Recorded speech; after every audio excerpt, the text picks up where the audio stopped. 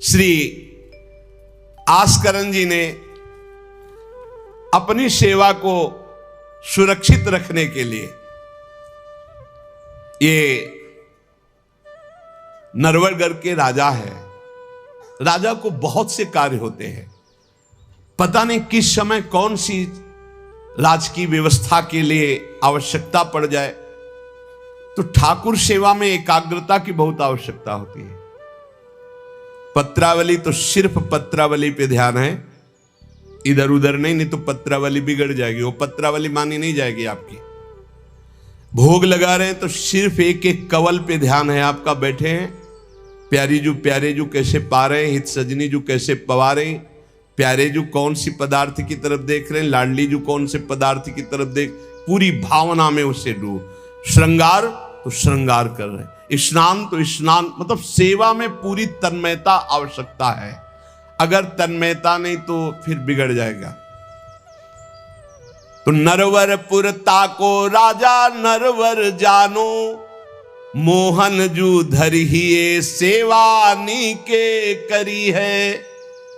घरी 10 मंदिर में रहे चौकी द्वार, पावत न जान को ऐसी मति हरी है। पर्यो को काम आए अब ही लिवाए ल्याओ, कहे पृथ्वीपति लोग कान में न धरी है। आई फौज भारी सुध दीजिए हमारी, सुनी बहु बात टारी परी बात कर भरी है। मनुष्यों में श्रेष्ठ आस्करण जी ये नरवरगढ़ के राजा थे। इनके ठाकुर का नाम राधा मोहन जो था। ये प्रेम पूर्वक उनकी सेवा में कोई विघ्न न हो, इसलिए 10 घड़ी तक का कठोर आदेश दे दिया था।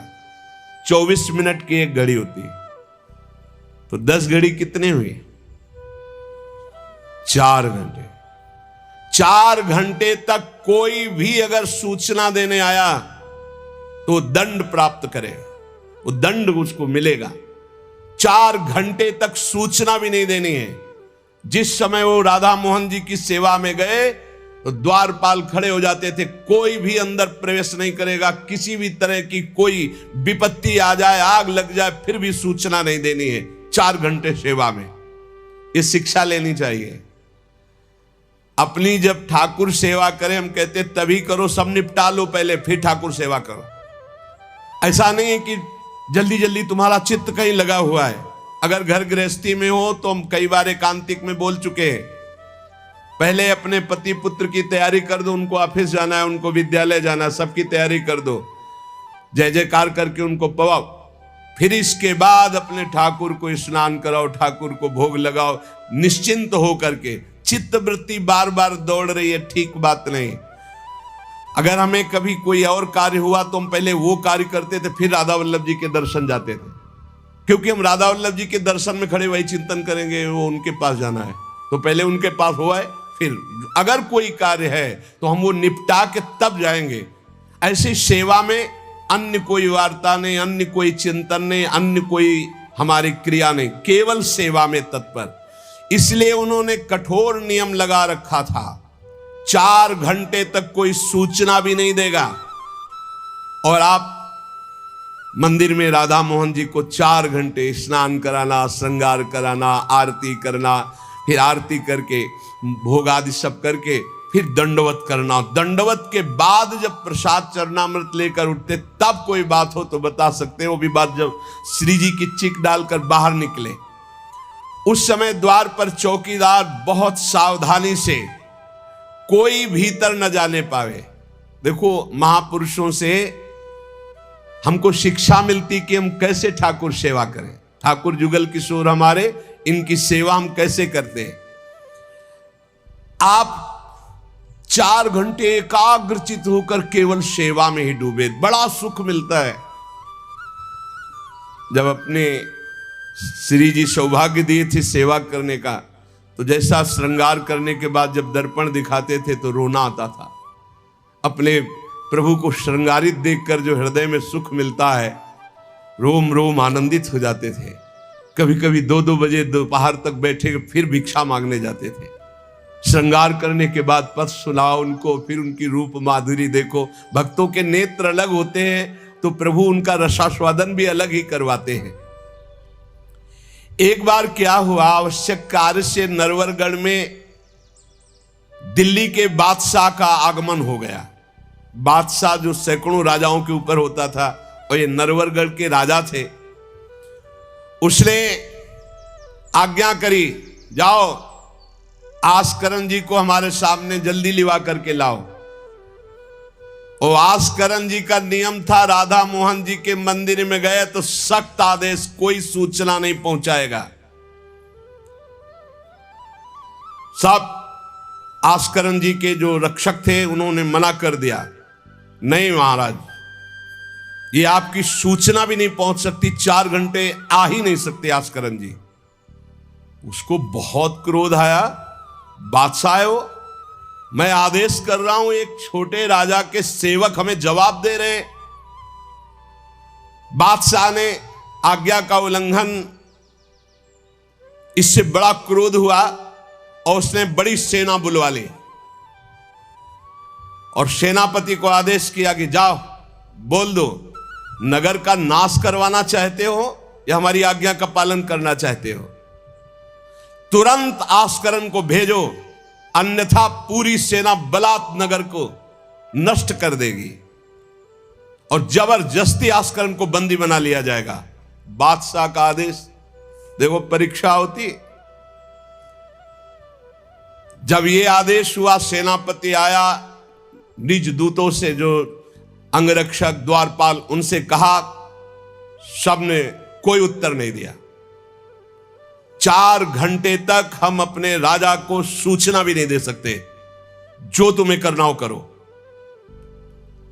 यह बड़ी बात है। बादशाह का हुक्म, बादशाह के सेनापति का हुक्म, सेवा में विघ्न ना पड़ जाए इसलिए कठोर नियम लिया था। पर सबके हृदय में घबराहट थी कि अब क्या होगा। जब बादशाह नाराज हो गया, सेना आ गई, सेनापति आ गए, अब क्या होगा। सेनापति ने बादशाह से कहा कि अब क्या हुक्म है, वहां से मना हो गया है, आपकी आज्ञा का उल्लंघन, हमारी आज्ञा का उल्लंघन, हमारा भय दिखाना सब व्यर्थ चला गया। कही कह पठाई, कहो कीजिए लड़ाई, सुनी रुचि उपजाई, चली पृथ्वी पति आयो है। पर्यो सोच भारी, तब बात यूं विचारी कही, आप एक जाओ गयो अचरज पायो है। सेवा करी सिद्धि साष्टांग होई के भूमि परे, देखी बड़ी बेर पाओ खड्ग लगायो है। कटी गई एड़ी ये पैटेढ़ी हूं न भौ करी, करी नित नेम रीति धीरज दिखायो है। बादशाह ये बड़ा आश्चर्य हुआ कि ये आस्करण जी के पास सूचना ही नहीं पहुंचाई जा रही और हमारे भय का इसके ऊपर कोई असर नहीं। पर आस्करण जी बहुत साधु प्रकृति के हैं, बड़े प्रियजन हैं, आक्रमण करना तो उचित नहीं, मैं स्वयं जाकर के देखूं क्या बात है। राजा थोड़ा भाव से युक्त हुआ, नहीं तो रजोगुण में फिर ऐसा भाव कहां होता है। पर आस्करण जी की भक्ति का प्रभाव कि उसके ये देखो चल के आखिरकार है क्या। बादशाह स्वयं आया। राज कर्मचारी अब विचार में पड़ गए कि बादशाह को कैसे रोका जा सकता है। सब जितने उनके अंगरक्षक सबको रोक दिया। ये बड़ी बात है, यह है भगवान की आराधना का बल। नहीं, बादशाह को कौन रोक सकता है। एक छोटे राजा ये है, उनके सैनिकों ने, द्वारपालों ने रोक दिया और बादशाह से कहा राज आज्ञा का उल्लंघन हम नहीं कर सकते, ना हम सूचना दे सकते हैं और ना किसी और को अंदर जाने दे सकते हैं। किसी और को अंदर नहीं जाने दे तो हम जा सकते हैं। बोले हां, आप बादशाह हैं, आप जा सकते हैं, लेकिन आपके साथ कोई नहीं। बादशाह राजी हो गया। देखे आखिरकार अंदर क्या है। वहां जाके देखा तो आस्करन जी की सेवा हो चुकी थी संपूर्ण। अब वो दंडवत कर रहे थे।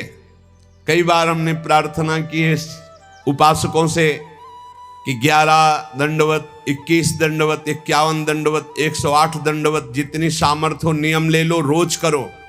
4 परिक्रमा करो श्री जी की और 11, 21, 51, 108 दंडवत करो। जो स्त्री शरीर के साधक हैं वो पंचांग दंडवत करें। पंचांग किया, खड़े हो गए, हाथ जोड़ा, मंत्र जपा, फिर पंचांग किया, फिर खड़े हो गए।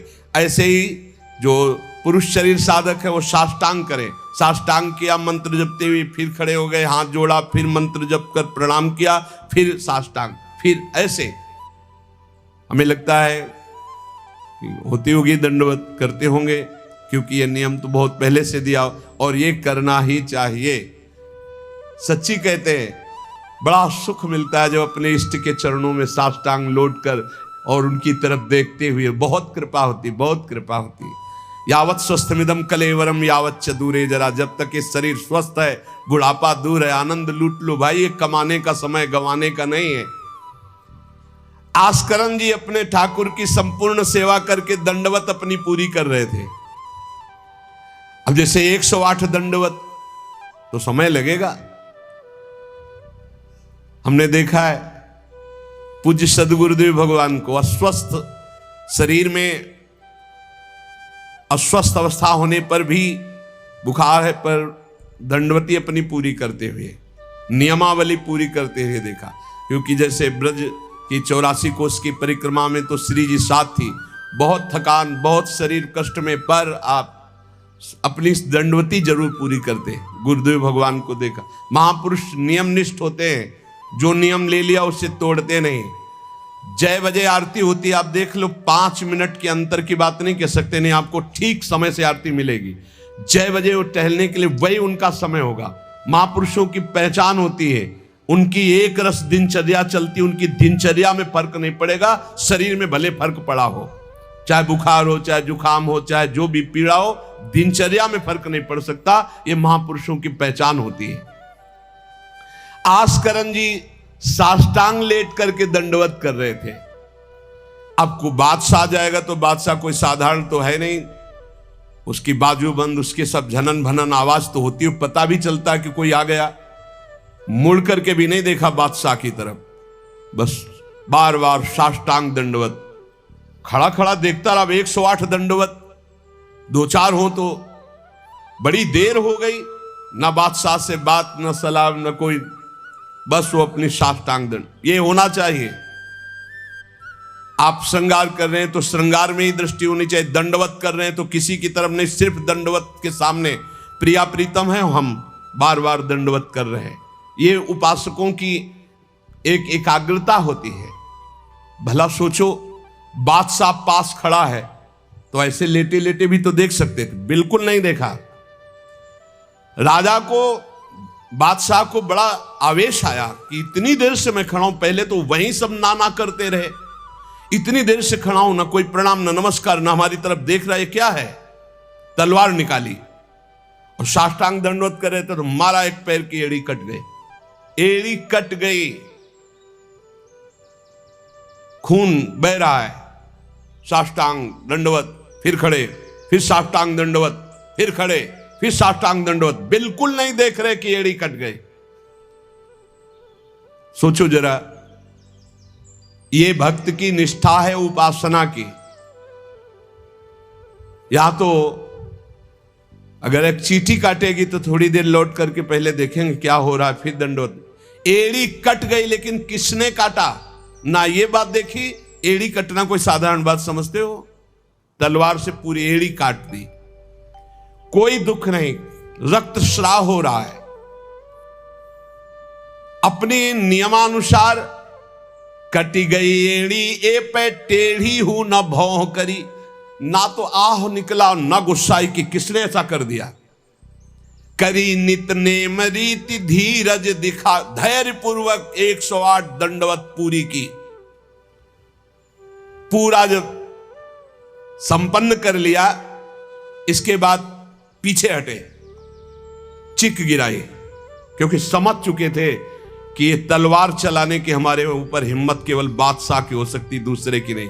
कोई साधारण राजा नहीं, महाभागवत और महाबली है। इसलिए हमारे ठाकुर का सुखपूर्वक अपशयन हो। चिक डाली, उठ चिक डारी तब पाछे सो निहारी, कियो मुजरा बिचारी बादशाह तिरिझे हैं। हित की सच्चाई यह है नेको ना कचाई होत, चर्चा चलाई भाव सुनि सुनि भीजे हैं। बीते दिन को नृप भक्त सो समायो, पृथ्वीपति दुख पायो सुनी भोग हरि चीजे हैं। करे विप्र सेवा तिने गांव लिख न्यारे दिए, वाके प्राण प्यारे लाड़ करो कही धीजे हैं। आस्करन जी ने जब चिक डालकर पीछे मुड़कर देखा तो बादशाह तो शिष्टाचार के अनुसार जोहार किया। राजा की भगवत सेवा, नियम निष्ठा ये देखकर बादशाह बहुत प्रसन्न हुआ और कहा, मैंने आज देखा ईश्वर के प्रेम की सच्चाई को। तुम्हारे में थोड़ा भी बनावटीपना नहीं, थोड़ी भी शिथिलता नहीं। तुम अपनी निष्ठा के धैर्यवान वीर हो। बादशाह ने आस्करण जी से भगवत प्रेम संबंधी कुछ चर्चाएं की और विचार अपने प्रकट किए कि आज मैं बहुत खुश और सौभाग्यशाली हूं कि तुम्हारे जैसा राजा मेरा जन है। बड़ा हृदय रस में डूब गया बादशाह का। यह है देखो सच्चाई भक्ति की। नहीं बादशाह के हुक्म को टाल देना, सेनापति की आज्ञा का उल्लंघन कर देना, बादशाह आया है साष्टांग दंडवत, कोई उसका आदर ना करना, ये सब भारी अपराधों में आता है। नहीं बादशाह आया और फिर दंडवत हो सके, नहीं पहले उससे बातचीत होगी, बाद में दंडवत होगी। नए अपनी निष्ठा के आगे नहीं, एड़ी काट दी गई फिर भी नहीं रुके। अब आस्करन जी सदैव अपने भगवत निष्ठा भगवत सेवा में मगन रहते। राजा बहुत प्रसन्न होकर के कहा कि अब जिस कार्य के लिए हम आए थे अब उस कार्य की जरूरत नहीं है, और अपनी जेब से अपनी रुमाल निकालकर अपने हाथों से उनके चरणों की एड़ी में बांधा और कहा, तुरंत चलिए राजवैद्य के द्वारा इसे, और आज से हमारी तरफ से आपके ठाकुर की सेवा सुख संविधान चलेंगे। हम विशेष विशेष प्रकार की आपकी ठाकुर सेवा में सहयोग करें। आस्करन जी ने कहा, भगवत कृपा है, सब भगवत कृपा है, सेवा यथार्थ रूप से चल रही है। नियम की सच्चाई और हृदय में कोई छल कपट नहीं, रोष नहीं, ये भगवान के भक्त में विशेष लक्षण होते हैं। भगवान के भक्त में छल कपट नहीं और अपराध करने वाले पर भी रोष नहीं। उमा संत कई यही बड़ाई, मंद करत जो करे भलाई। अगर सच्ची आराधना, सच्चा प्रेम, तो सबको बदलना पड़ेगा। बादशाह का भाव बदल गया, जो आवेश में था, क्रोध में था। सच्चाई से अगर थोड़ी भी ठाकुर सेवा की जाए तो माया पर विजय प्राप्त की जा सकती है। साधो भाई भजन किया सोई जीता, जो सच्चाई से भजन किया, सच्चाई से सेवा की, वही इस माया पर विजय प्राप्त किया। एक बार राजा आस्करन जी के शरीर में बहुत जोर का बुखार आ गया। ऐसा बुखार कि न उठने की हिम्मत, न शरीर की शुद्धि, और नियम की निष्ठा थी ही। अब भारी कष्ट, एक तो शरीर उठने लायक नहीं, भारी बुखार, और दूसरा सेवा। अब वो इस बात के चिंतित थे कि सेवा कैसे होगी। तो ठाकुर जी ने स्वप्न में अपने किसी निजजन पंडा से कहा, इनको किसी औषधि की जरूरत नहीं, मेरा चरणामृत पिला दो, स्वस्थ हो जाएंगे, सेवा में आ जाएंगे। वो गए और उनका ठाकुर जी ने स्वप्न में आकर के कहा है कि आप ठाकुर जी का चरणामृत पी लीजिए, आप स्वस्थ हो जाएंगे। वैसे तो चरणामृत रोज ही लेते थे। सेवा में जाने के पहले ठाकुर जी का चरणामृत जो पूर्व का था पिया, तत्काल सब खत्म हो। सेवा में बहुत बड़ी सामर्थ्य है, निष्ठा में बहुत बड़ी सामर्थ्य है ठाकुर जी के चरणामृत में। विश्वास करो, जो रोज चरणामृत पीता है अकाल मृत्यु नहीं हो सकती। अकाल मृत्यु हरणम सर्वव्याधि विनाशनम, कोई भी रोग परास्त नहीं कर सकता। आप रोज चरणामृत पिए। अरे भाई, आप अगर राधा नाम विराजमान किए स्नान कराते तो रोज श्री लाडली लाल का चरणामृत है। रामे लाडली जो धामे लाल जो विराजमान है, प्रिया प्रीतम राधा नाम में विराजमान है। आप अगर सेवा नहीं विराजमान किए हुए हो तो विराजमान कर लो, जीवन काहे व्यर्थ करोगे। लेकिन जब तक सेवा ना विराजमान करो तो चले जाओ बिहारी जो, राधा वल्लभ जो, राधा रमन जो, राधा दो, कहीं भी मांगो चरणामृत मिल जाएगा। और रोज उसी में जल मिला करके रोज एक ढक्कन रोज चरणामृत। अकाल मृत्यु हरणम सर्वव्याधि विनाशनम श्री कृष्ण पादोदकम पीत्वा पुनर्जन्म न विद्यते। जो रोज चरणामृत पीता है उसका पुनर्जन्म नहीं होगा। बड़ा से बड़ा रोग आएगा लेकिन उसको पीड़ा नहीं पहुंचा पाएगा, अकाल मृत्यु नहीं होगी। तो स्वप्न में ठाकुर जी ने कहा चरणामृत दे दो, सब सामर्थ्य आ जाएगी। एक बार राजा ने द्वेषवश सेना लेकर, किसी दूसरे राजा ने आपके ऊपर चढ़ाई कर दी, तो आपने व्यर्थ की खून खराबी ना हो ललकार सुनकर भी आप सेना सहित संग्राम भूमि में ये विचार किया कि युद्ध करने से बहुत लोगों का नाश होता है। इसलिए अपने सब महारथियों को बुलाया और कहा नाम कीर्तन करो।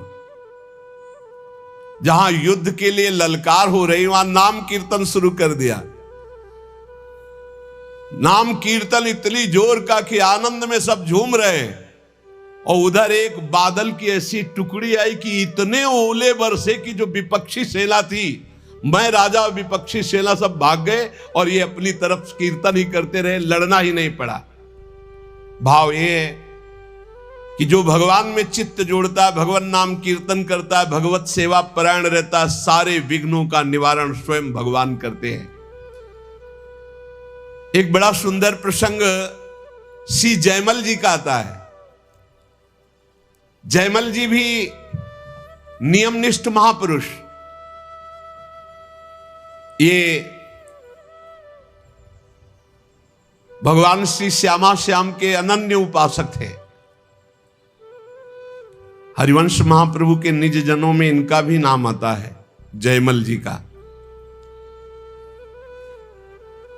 इनके हृदय में जैसे आस्करण जी की निष्ठा थी उस वैसी निष्ठा थी सेवा की। इन्होंने भी 10 घड़ी तक किसी भी तरह की कोई सूचना, किसी भी तरह का कोई कार्य हमसे नहीं बताया जाएगा। और इन्होंने तो स्पष्ट आदेश कर दिया। तो वहां तो आदेश था केवल आस्करण जी का, यहां आदेश था जो बताने आएगा उसकी गर्दन उतार लेंगे। यहां तो और कठोर था। जयमल सिंह जी, वैसे इनका पहले निवास मेड़ते में था और ये बड़े अनुरागी प्रिया प्रीतम के, इनको प्रिया प्रीतम की सेवा में थोड़ा भी विघ्न बर्दाश्त नहीं था। ये नियम निष्ठा कि मंदिर में कोई भी जब सेवा में जयमल जी हो आ नहीं सकता, आ गया तो उसकी गर्दन बचेगी नहीं। एक कठोर नियम लगा दिया था निर्विघ्न सेवा के लिए। सेवा में बहुत बल है प्यारे, सेवा में बहुत बल है। आप सेवा को जरूर घर में विराजमान करो प्रिया प्रीतम की ठाकुर जी। लेकिन ये आजकल जैसा बनावटीपन किया जाता है ऐसा मत करो भाई। हर काम वीडियो के लिए नहीं है। छोटी छोटी बातें आप अपने ठाकुर जी का भोग, ठाकुर जी का स्नान, ये वीडियो के लिए है, ये पैसे के लिए है। अरे कुछ तो ठाकुर जी के लिए और अपने बीच में एकांत रखो। चलो गान बजान है, ठाकुर जी की ऐसी बातें हैं जो आनंद ले, सब वो बात तो ठीक है। लेकिन आप स्नान करा रहे हो, आप ठाकुर जी को भोग लगा रहे हो, आप ठाकुर जी की ये बातें तो गुप्त रखो। ये अपने और ठाकुर के प्यार की विषय की बातें तो गुप्त रखो। ये सब वीडियो के लिए नहीं होता है। कुछ मंगल जगत का हो सके, कैसे अष्टयाम सेवा करते हैं वो बातें तो ठीक है। लेकिन आप लोग अपने घरों में जो ठाकुर विराजमान के सब बातें वीडियो में मत। अब आजकल हर उद्देश्य वीडियो का होता जा रहा है। छुपाने की तो बातें कुछ नहीं हो रही, हर बात छपाने की हो रही। सत्संग है, एकांतिक है, कुछ कीर्तन है, कुछ भजन की बातें हैं, वो तो चलो लोक मंगल के लिए, लेकिन अपने ठाकुर की जो विशिष्ट एकांतिक सेवाएं हैं वो बातें गुप्त रखनी चाहिए। ऐसा नहीं कि जो पर्दा करके अपने ठाकुर जी का स्नान कर रहे हैं, पतला, हाँ आप श्रृंगार करके आ गए, अब दर्शन करो, आरती करो, सब कोई, जैसे राधा वल्लभ जी के देखो आरती के दर्शन होते, लेकिन आप दर्शन नहीं कर सकते कैसे स्नान कराया जाता है, आप अंदर दर्शन नहीं कर सकते कैसे भोग लगाया जाता है। कभी कभी जैसे 56 भोग किसी भारी उत्सव में तो एक कुछ घंटे के लिए दर्शन, वो बात अलग है। तो अपने ठाकुर घर में जो विराजमान है, बिल्कुल जो निकुंज के ठाकुर वही है, अपनी भाव निष्ठा रखो। जयमल जी ये नियम लगा लिए थे कि अगर सेवा के समय कोई भी समाचार देने आएगा तो उसे मार डाला जाएगा, इतना कड़ा शासन।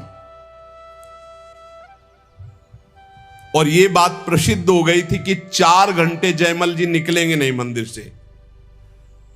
तो जयमल जी का एक मंडोर का जो राजा था, वो भाई लगता था, उसने विचार किया कि बहुत अच्छा 4 घंटे का समय है, जयमल जी के पास सूचना कोई दे नहीं सकता, और इस समय आक्रमण किया जाए तो पूरे नगर को कब्जे में कर, 4 घंटे का युद्ध, और वो निकलेंगे नहीं, और कोई सूचना देने जाएगा तो मार डाला जाएगा। बहुत बढ़िया अवसर है कि पूरे नगर को अपने कब्जे में कर लिया जाए। भारी सेना चारों तरफ से पूरे नगर को घेर लिया गया। अब ये जब सैनिकों से पता चला तो हाहाकार मच गया कि बिना राजा के आदेश के युद्ध कैसे छेड़ दिया जाए। चारों तरफ से शत्रु पक्ष सैनिकों ने घेर लिया है। सबने विचार किया कि आज्ञा हो जाए तो अभी युद्ध हो जाए, पर आज्ञा लेने कौन जाए, जो जाएगा वो मार डाला जाएगा, जयमल जी का आदेश है।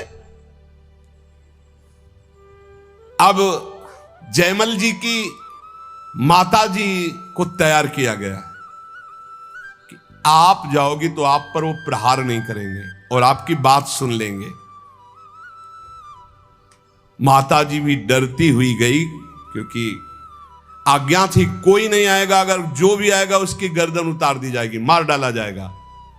माता जी को इसीलिए भेजा गया कि बस आप केवल सूचना दे दो और वो आज्ञा दे दे, संभाल तो सब यहां लेंगे, आज्ञा दे दे। वो गई, जयमल जी ठाकुर जी की श्रृंगार में थे, पीछे से कहा, बेटा शत्रु पक्ष ने पूरे नगर को घेर रखा है, तुम्हारी क्या आज्ञा है। उन्होंने उत्तर दिया, भगवान सब भली करेंगे और आप जाओ। दूसरा शब्द नहीं, भगवान सब भली करेंगे, और इशारा किया। अगर दूसरा होता तो प्रण पूरा करते, लेकिन मां है इसलिए इशारा किया, वापस चली जा। मुड़ के नहीं देखा, बस एक शब्द का, भगवान सब भली करेंगे। ये नहीं कहा कि युद्ध प्रारंभ कर दो, मैं सेवा करके आऊंगा, ऐसा कुछ नहीं। भगवान सब भली करेंगे, और इशारा किया कि आप वापस चली जाओ। ज्यों के त्यों सेवा में लगे रहे। भगवान ने देखा कि ये तो बिल्कुल बेपरवाह है, और सैनिक चारों तरफ से घेर लिए हैं राज्य को, तो स्वयं प्रभु घोड़े पर सवार हुए जयमल जी के। अब उनको कुछ कहने की जरूरत थोड़ी है, राजा का जो शाही घोड़ा था उस घोड़े को तैयार करके उस पर विराजमान होकर के अकेले शत्रु पक्ष को परास्त किया, अकेले सबको मूर्छित करके मारा, एक को भी नहीं। और आप घोड़े को घुड़सवाल में बांधकर अंतर ध्यान हो गए। सैनिक देख रहे हैं जो सुरक्षा में है कि कोई आक्रमण नहीं हो रहा, सब शांति है। नजदीक गए तो सब मूर्छित पड़े। उनका जय हो, हमारे महाराज की जय हो गई, शत्रु पक्ष तो मारा गया, पूरी की पूरी सेना मूर्छित। जयमल जी सेवा समाप्त की, संपन्न की श्री जी की, और बड़े आवेश में सीधे गए जहां उनका घोड़ा विराजमान रहता था घुड़सार में। तो घोड़े को देखा तो पसीने से लथपथ और हाँफ रहा था। ऐसा कैसे हो सकता है? घोड़े की सवारी इतनी तीव्र गति से किसने की? इतना हाँफ रहा, पसीना पसीना हो रहा है। तो जो घोड़ा तैयार करते थे वो साथ में थे जयमल जी के। उन्होंने कहा कि प्रभु, घोड़े को तो ले जाते हुए कहीं किसी ने नहीं देखा, पर घोड़े की हालत तो ऐसी जैसे बहुत दौड़ाया गया हो, बहुत मेहनत की गई हो। तो उनका कहा ठीक है, चलो इस समय विचार करने का विषय नहीं, दूसरे घोड़े को लो, राजाओं के पास कई घोड़े और सैनिक सजाओ, वहां चलो। तो उनका प्रभु वहां जाओ, वहां तो सब मारे गए हैं। किसने मारा? वहां जाकर देखा तो सब सेना घायल और मूर्छित पड़ी थी, जान से कोई एक भी नहीं मरा था। और जो राजा वो भी घायल। जयमल जी नजदीक गए, देखा तो कि ये मेरा वो भाई ही है, मेरा शत्रु बनकर के आया है।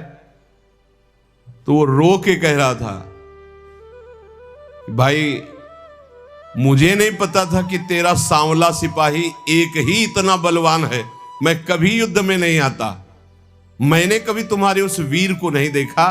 वो सांवला सिपाही कौन था जिसने अकेले मेरी सारी सेना को मूर्छित कर दिया और मुझे बाण से तो घायल किया और नेत्रों से ज्यादा घायल कर दिया। एक बार तुम दिखा दो अपने उस सांवले सिपाही को, मेरा हृदय तड़प रहा है उसके लिए। उसकी वो सुंदर चितवन, उसकी मुस्कान ने मेरा मन हरण कर लिया। शत्रु पक्ष के ये है ही ऐसे, जब सूप नखा की नाक कान भगवान ने लक्ष्मण जी के द्वारा, वो जब गई खरदूषण के समीप, ए भारी बलवान असुर, भारी सेना सजाई, अभी चलते हैं। जब वहां गए तो राम जी का रूप जब देखा तो कह रहे, यद्यपि भगनी कीन कुरूपा, यद्यप तुमने अपराध किया, हमारी बहन को कुरूप बना दिया, लेकिन बध लायक नहीं, तुम मारने लायक नहीं, बहुत सुंदर हो। राक्षस लोग कह रहे, इतने सुंदर प्रभु, और मुस्कुराहट प्रभु के देख के कह रहे कि यद्यप तुमने अपराध किया, मेरी बहन को ऐसा कुरूप कर दिया, पर तुम मारने लायक नहीं, दर्शन करने लायक हो। सुनो, हम तुम्हारा कुछ भी नहीं करेंगे, सुनते तुम्हारी पत्नी बहुत सुंदर, दे दो, बदला हो जाएगा और तुम जाओ। भगवान ने क्षण में नष्ट कर दिया। बैरी भी जिनको प्यार करे वो प्रभु का रूप है। ये बैरी राजा क्या कह रहे, बाणों से तो घायल ही कर दिया, नेत्रों से भी घायल कर दिया। एक बार उसको दिखा दो जो आपका सिपाही है, सांवला सिपाही।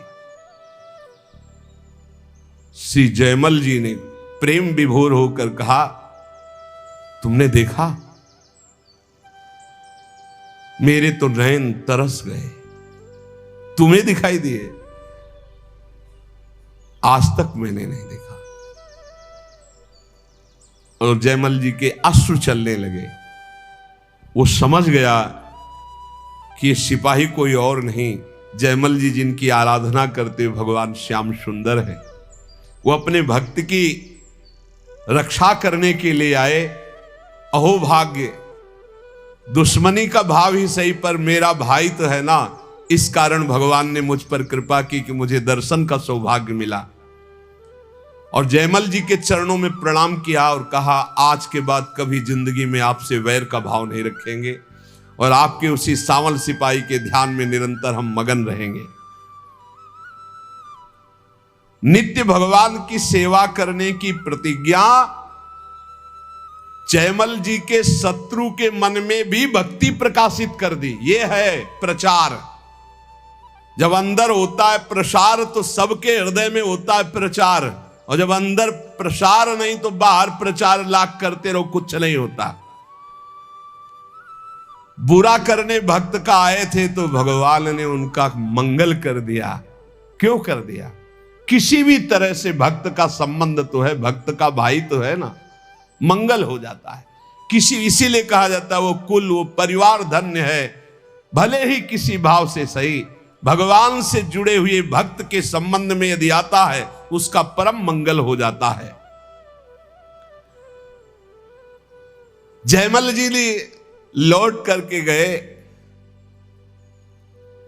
और अपने घोड़े को दंडवत किया कि ये भाई, ठाकुर जी की सेवा तो हम प्रगट में करते ही हैं, लेकिन तेरे सौभाग्य का वर्णन क्या करें। मेरे ठाकुर जी तेरे पर सवार हुए, घोड़े की 4 परिक्रमा की, आरती उतारी, दंडवत की और बार बार हाथ से स्पर्श करके पुलकित हो रहे हैं। ऐसे ही हैं हमारे ठाकुर जी। इसीलिए दास दासोहम में बड़ी सामर्थ्य मानी गई है। सबसे ज्यादा कृपा किस पर होती है? जो भगवान के दासों का दास होता है। घोड़े को साक्षात्कार हो गया भगवान का, बैरी भाई को साक्षात्कार हो गया, और जयमल जी कह रहे कि मेरे नयन तरस रहे हैं। तो क्या वास्तविक जयमल जी के नेत्र तरस रहे? नहीं, जिनके संबंध से बरस रहे उनके नेत्र कैसे तरस सकते हैं? पर ये हैं ही इतने प्यारे कि तन मन के बिछुरे नहीं, पर चाह बढ़े दिन रैन, कबो संजोग न मानहि देखे भरी भरी नयन। तो हम श्री श्यामा श्याम के दास हैं। श्यामा श्याम ही हमारी साधना है, श्यामा श्याम ही हमारे साध्य है। 8 पहर हम नाम जप करें, श्री जी की सेवा पर बहुत ध्यान दें। जिसको जो सेवा मिली वो बड़ी महान सेवा है। कभी ऐसा ना समझे कि किसी की द्वार पे या कहीं बहुत दूर सेवा लगी है तो सोचे कि नजदीक सेवा वालों का तो बड़ा सौभाग्य। नहीं, आप देख लीजिए सनक सनंदन सनातन सनत कुमार जी ने जब जय विजय को शाप दिया तो अंदर प्रवेश होने का अधिकार खो दिया। भगवान स्वयं चल के आए लेकिन अंदर नहीं जाए। और भगवान ने जय विजय जी को कहा कि सेवक के द्वारा किया हुआ अपराध स्वामी का ही अपराध माना जाता है। सनकादि को संत पदवी भले दी, लेकिन अपनापन जय विजय को दिया। सेवा में बहुत बड़ी सामर्थ्य है। कोई भी सेवा, कहीं की भी सेवा मिली, वो श्री जी की सेवा है। वृंदावन धाम है, महारानी जी की सेवा में आप हैं। महारानी जी के सेवक को निश्चित वो सुख प्राप्त होता है जो किसी और पद से नहीं होता। बस सेवक शरण सदा रहे, अनंत नहीं विश्राम, कै वाणी हरिवंश की, कै हरिवंश नाम। या तो वाणी जी और या नाम जी, ये हमारे जीवन है, यही हमारा सर्वस्व है। हर समय नाम वाणी में रहो और सेवा में तन्मयता रखो। शेष चर्चा आगे। श्री राधा वल्लभ।